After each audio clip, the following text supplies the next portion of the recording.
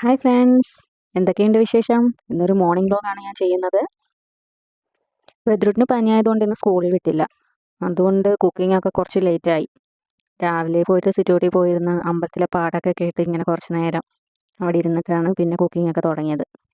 അപ്പോൾ ഇന്നലെ തന്നെ അരിയൊക്കെ ആട്ടി വെച്ചിട്ടുണ്ടായിരുന്നു. അപ്പോൾ ഇഡ്ഡലി ഉണ്ടാക്കാമെന്ന് പറഞ്ഞിട്ടാണ് ആട്ടി വെച്ചത്. ഞാൻ അരി ആട്ടിയപ്പം അരി വെള്ളത്തിൽ ഇട്ടപ്പം കുറച്ച് റാഗിയും കൂടെ ഇട്ടായിരുന്നു വെള്ളത്തിൽ. അതായത് പച്ചരി, ഉഴുന്ന്, റാഗി, പിന്നെ കുറച്ച് ഉലുവയും കൂടി ഇട്ടിട്ടാണ് അരി ആട്ടി വെച്ചത്. ഞാൻ ഇഡ്ഡലിക്കൊക്കെ ആട്ടുമ്പം 2 ദിവസത്തേക്ക് ആട്ടി വെക്കും. ഒരു ദിവസം ഇഡ്ഡലി ഉണ്ടാക്കുമ്പം പിറ്റേന്നാകുമ്പോൾ ദോശ ഉണ്ടാക്കും. മാവിനകത്ത് ഉപ്പിടുന്നതിന് മുമ്പ് കുറച്ച് മാവെടുത്ത് അങ്ങ് മാറ്റി ഫ്രിഡ്ജിലാക്കി വെക്കും. ഞാൻ സാധാരണ ഇഡ്ഡലി ഉണ്ടാക്കുമ്പം മാവിനകത്ത് കറിവേപ്പിലയും ഇഞ്ചി ഇടാറുണ്ട്. അപ്പോൾ ഇത്തവണ കറിവേപ്പില മാത്രമേ ഇട്ടുള്ളൂ. ഇഞ്ചി അരിയാനുള്ള മടി കൊണ്ടാണേ. അങ്ങനെ ഇഡ്ഡലി തട്ടിനകത്ത് എണ്ണ തൂക്കിയിട്ട് ഇഡ്ഡലി തട്ട് ചൂടായതിന് ശേഷമേ മാവ് ഒഴിച്ച് കൊടുക്കത്തുള്ളൂ. അപ്പം അങ്ങനെ ചെയ്ത് കഴിഞ്ഞാൽ നമുക്ക് ഇഡ്ഡലി പെട്ടെന്ന് ഇളക്കിയെടുക്കാൻ പറ്റും. ഇഡ്ഡലി തട്ടിനകത്ത് മാവ് ഇങ്ങനെ ഒട്ടി പിടിച്ചിരിക്കത്തില്ല. അപ്പോൾ നമുക്ക് കഴുകാനും ഈസി ആയിരിക്കും. അപ്പം ഇഡ്ഡലിക്ക് കൂട്ട് സാമ്പാറാക്കാമെന്ന് കരുതി. അങ്ങനെ പച്ചക്കറിയൊക്കെ അരിഞ്ഞ് ഉപ്പും മഞ്ഞൾപ്പൊടി ഇട്ടിട്ടാണ് പച്ചക്കറി എടുക്കാറ്. എന്തൊക്കെ മരുന്നുകൾ അടിച്ചിട്ടാണെന്ന് അറിയത്തില്ലല്ലോ ഈ പച്ചക്കറി ഇങ്ങോട്ട് വരുന്നത്. അതുകൊണ്ട് ഉപ്പിനകത്തും മഞ്ഞൾപ്പൊടിക്കകത്തും കുറച്ച് നേരം ഇട്ട് വെച്ചിട്ടാണ് ഈ പച്ചക്കറി നമ്മൾ എടുക്കാറ്. അപ്പോൾ ഇഡ്ഡലിയൊക്കെ റെഡിയായി എല്ലാം എടുത്ത് പുറത്തേക്ക് വെക്കുന്നുണ്ട് തണുക്കാൻ വേണ്ടിയിട്ട്. നമ്മൾ തണുത്തിട്ട് ഇളക്കി എടുക്കുമ്പോഴല്ലേ അത് ഈസിയായിട്ട് ഇളകി വരുള്ളൂ. ബദ്രുട്ടിന് ചുമ ആയതുകൊണ്ട് നമുക്ക് റാഗി കുറുക്കി കൊടുക്കാൻ പറ്റത്തില്ലല്ലോ. ഈ തണുപ്പല്ലേ, അപ്പോൾ പെട്ടെന്ന് ചുമ ആയതുകൊണ്ട് പെട്ടെന്ന് കഫം കയറി കൂടും. അതുകൊണ്ടാണ് ഇഡ്ഡലിക്ക് അത് ആട്ടിയത്. അതാകുമ്പം കുഴപ്പമില്ലല്ലോ. അങ്ങനെ നോക്കുമ്പോൾ വെജിറ്റബിൾസിൻ്റെ കൂട്ടത്തിൽ വെണ്ടയ്ക്കയില്ല. അപ്പം ഞാൻ വിചാരിച്ചു നമ്മുടെ പച്ചക്കറി തോട്ടത്തിൽ വെണ്ട നിൽപ്പുണ്ട്, അതിനകത്ത് എങ്ങാനും പിടിച്ചിട്ടുണ്ടോ എന്ന് നോക്കാൻ വേണ്ടിയിട്ട് ഞാൻ താഴെ ഇറങ്ങി പോവുകയാണ്. ഇത് കണ്ടില്ലേ, അയ്യത്തെല്ലാം പൂ പിടിച്ചേക്കുന്നത്. 3 കളറുണ്ട്. റെഡ് ഉണ്ട്, പിങ്ക് ഉണ്ട്, പിന്നെ ഒരു വയലറ്റ് പോലെ ഒരു കളർ. വയലറ്റ് കാണാൻ നല്ല ഭംഗിയാണ്. നോക്കിക്കേ, മുറ്റത്ത് നിന്ന ചെടിയാണ്. അത് ഉണങ്ങിക്കഴിഞ്ഞപ്പോൾ അതെടുത്ത് അയ്യത്തോട്ട് പിച്ചി എറിഞ്ഞതാണ്. എല്ലാം അവിടെ കിടന്ന് കിളിച്ച്. അങ്ങനെ നമ്മുടെ വെണ്ടയ്ക്കകത്ത് പൂ പിടിക്കുന്നുണ്ട്, പക്ഷേങ്കിൽ കാ വലുതായിട്ട് പിടിക്കുന്നില്ല. എന്നാൽ ചെടി നല്ല രീതിക്ക് വളർന്നു നിൽപ്പുണ്ട്. അങ്ങനെ എനിക്കായിട്ട് പ്രകൃതി ഒരുക്കി വെച്ച ഒരു വെണ്ടയ്ക്ക അത് ഞാൻ പിച്ചിയെടുത്തു. ഇനിയിപ്പോൾ കിട്ടിയത് കൊണ്ട് തൃപ്തിപ്പെടാം അല്ലേ. ഒരെണ്ണമെങ്കിലും കിട്ടിയല്ലോ. പയറും പാവലും ഒക്കെ ഉണ്ടായിരുന്നു. ഇഷ്ടംപോലെ പയറും പാവലും ഒക്കെ കിട്ടിയായിരുന്നു. എല്ലാം പോയി, മഴ വന്നപ്പോഴത്തേനും എല്ലാം നശിച്ചു പോയി. അപ്പോൾ അതേ ഇഡലിയെല്ലാം തണുത്തു. ഇഡലിയെല്ലാം എടുത്ത് വെക്കുന്നുണ്ട്. ഇഡലി തട്ടിനകത്ത് അധികം മാവൊന്നും ഒട്ടിപ്പിടിച്ചിട്ടില്ല, അതുകൊണ്ട് കഴുകാൻ എളുപ്പമാണ്. ഇനിയിപ്പം നമ്മുടെ സാമ്പാർ വെക്കാൻ തുടങ്ങണം. മഞ്ഞപ്പൊടിക്കകത്ത് ഉപ്പും മഞ്ഞപ്പൊടി ഇട്ട് വെച്ചാൽ വെജിറ്റബിൾസൊക്കെ നല്ല രീതിയിൽ കഴുകി എടുക്കുന്നുണ്ട്. എനിക്കന്ന് ഒരുപാട് വട്ടം കഴുകണമെങ്കിലേ തൃപ്തി വരുള്ളൂ. അങ്ങനെ എന്നെ പോലെ ആരെങ്കിലും ഉണ്ടോ? ഈ തക്കാളിയും ക്യാരറ്റും പച്ചമുളകും ഒക്കെ വെജിറ്റബിൾസ് വാങ്ങിക്കൊണ്ട് വരുമ്പോൾ തന്നെ ഉപ്പും മഞ്ഞപ്പൊടി ഇട്ട് കഴുകിയാണ് വെക്കാറ്. പക്ഷേ നമ്മൾ ഈ വെജിറ്റബിൾസ് അരിയുന്ന സമയത്ത് ഈ 2 സാധനം എടുക്കുമ്പോൾ ഞാൻ പിന്നെ ഒന്നും കൂടെ എടുത്ത് അതിനകത്ത് ഇടാറുണ്ട്. എന്തിനാണെന്ന് എനിക്കറിയത്തില്ല, ഓൾറെഡി കഴുകിയ സാധനമാണ്. പക്ഷേ എന്നാലും ഈ മഞ്ഞപ്പൊടി എടുത്ത് കലക്കി വെക്കുമ്പം അറിയാതെ എടുത്ത് അതിനകത്ത് ഇട്ട് പോകും. ഞാൻ ഈ വെജിറ്റബിൾസിൻ്റെ കൂടെ തന്നെ നമ്മുടെ തുമരയും വേവിക്കാറുണ്ട്. ചിലർ തുമര ആദ്യം വേവിച്ചിട്ട് പിന്നെ വെജിറ്റബിൾസ് ഇട്ട് വേവിക്കുന്ന കണ്ടിട്ടുണ്ട്. പക്ഷേ ഞാൻ ഇത് രണ്ടും കൂടെ ഒരുമിച്ചിട്ട് പെട്ടെന്നാണ് വേവിച്ചെടുക്കുന്നത്.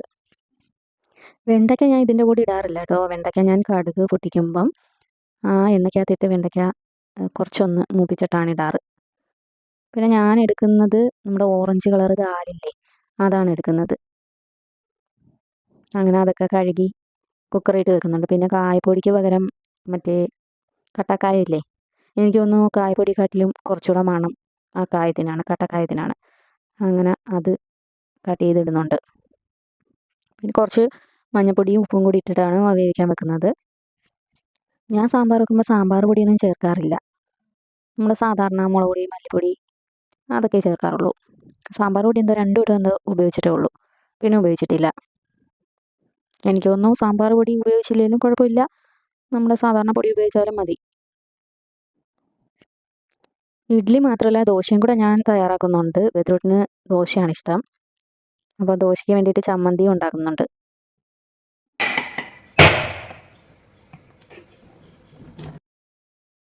പണ്ടൊക്കെ കൊച്ചുനാളിൽ തേങ്ങയൊക്കെ പൊട്ടിക്കുമ്പം തേങ്ങാ വെള്ളമൊക്കെ വാങ്ങിച്ചു കുടിക്കാനായിട്ട് ഭയങ്കര ഇഷ്ടമായിരുന്നു. പക്ഷേ ഇപ്പോൾ എന്തോ തേങ്ങാ വെള്ളത്തിനോടൊന്നും വലിയ ഇൻട്രസ്റ്റ് ഇല്ല. പക്ഷെ കഴിക്കും വെള്ളം വന്നാൽ കുടിക്കും കേട്ടോ. അങ്ങനെ തേങ്ങയൊക്കെ താണ്ടെ തിരുമ്മി എടുത്തിട്ടുണ്ട്. തേങ്ങ മറ്റേ വെള്ള ചമ്മന്തിയാണ് അരയ്ക്കുന്നത്. ഉള്ളിയും ഇഞ്ചിയും പച്ചമുളക് പച്ചമുളകിൻ്റെ ആ ഒരു 4 കഷ്ണം മാത്രമേ ഇടുന്നുള്ളൂ. എരി കൂടി കഴിഞ്ഞാൽ കഴിക്കാൻ പാടാം. അങ്ങനെ അമ്മ വരുന്നുണ്ട്. അമ്മയുടെ ഡ്യൂട്ടിയാണ് ചായ ഇടക്കം. രാവിലത്തെ ചായ ഇടുന്നത് അമ്മയാണ്.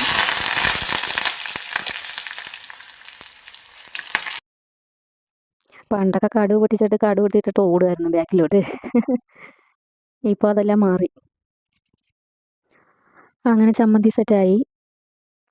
ഇനിയിപ്പം സാമ്പാറിന് കടുക് വറുത്തൊഴിക്കണം.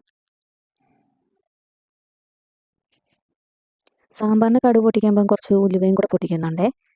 എന്നിട്ട് ഉള്ളിയുടെ കൂടെ കുറച്ച് വെളുത്തുള്ളിയും കൂടെ മൂപ്പിക്കുന്നുണ്ട്. നമ്മൾ നേരത്തെ നമ്മൾ വെച്ച വെണ്ടയ്ക്ക നമ്മളിതിനകത്തിട്ട് മൂപ്പിക്കുന്നുണ്ടേ.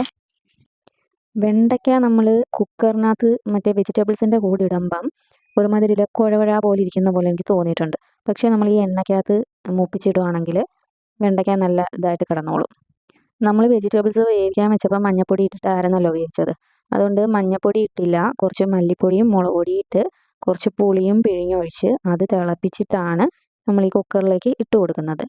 ഇനിയിപ്പോൾ കുക്കറിൽ ഇരുന്നിട്ട് അത് തിളച്ച് വരുമ്പം ലാസ്റ്റ് ഇച്ചിരി മല്ലിയിലയും കൂടെ തൂക്കി കൊടുക്കുന്നുണ്ട്.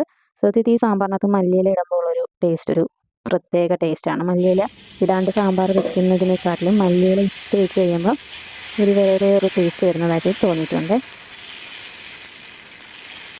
അപ്പോൾ ബെദ്രൂട്ടിനുള്ള ദോശ റെഡിയാക്കുവാണ്. അതിനകത്ത് കുറച്ച് നെയ്യും കൂടെ ഒഴിച്ച് കൊടുക്കുന്നുണ്ട്. ഈ നെയ്യ് ഒഴിച്ച ദോശ കഴിക്കാനൊരു പ്രത്യേക ടേസ്റ്റല്ലേ.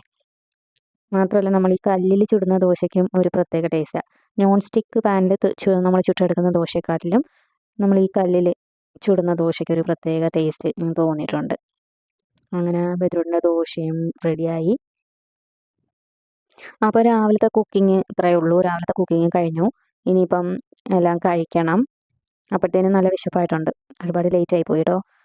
അപ്പോൾ ഇന്നത്തെ എൻ്റെ വീഡിയോ ഇഷ്ടമായെങ്കിൽ എല്ലാവരും ഒന്ന് സപ്പോർട്ട് ചെയ്യുക, ലൈക്ക് ചെയ്യുക.